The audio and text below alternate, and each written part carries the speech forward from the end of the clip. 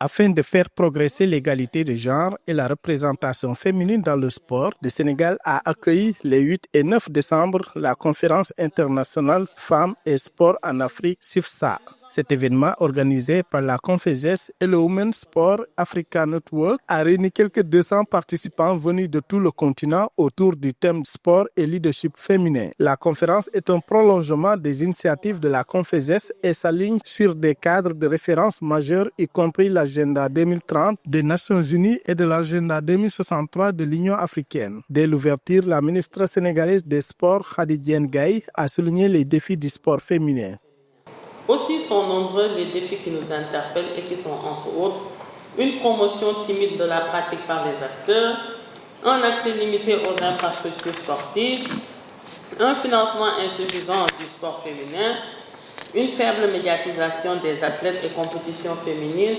Odette Angoulou Assembe, représentante du CIO, a mis en avant l'engagement du mouvement olympique en faveur de l'égalité et a réitéré l'objectif d'une meilleure parité au sein des instances de décision.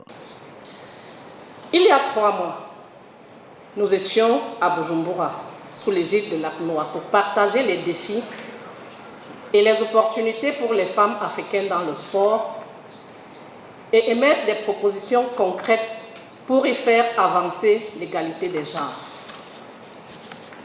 Avec une volonté d'atteindre au moins 40% de représentation des femmes au poste de direction partout au sein du mouvement olympique. Quant à Louisette René Toby, secrétaire générale de la Conféses, a lancé un vibrant appel à l'action. Elle a exhorté les participants à accorder leur confiance à la jeunesse féminine. À tous, faites confiance aux jeunes filles. Laissez-les s'exprimer. Qu'elles fassent du sport comme tout le monde.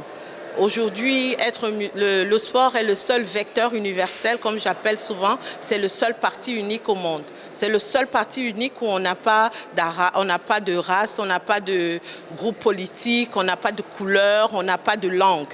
Donc vraiment, laissez les jeunes filles s'exprimer et nous aurons la société que nous voulons demain.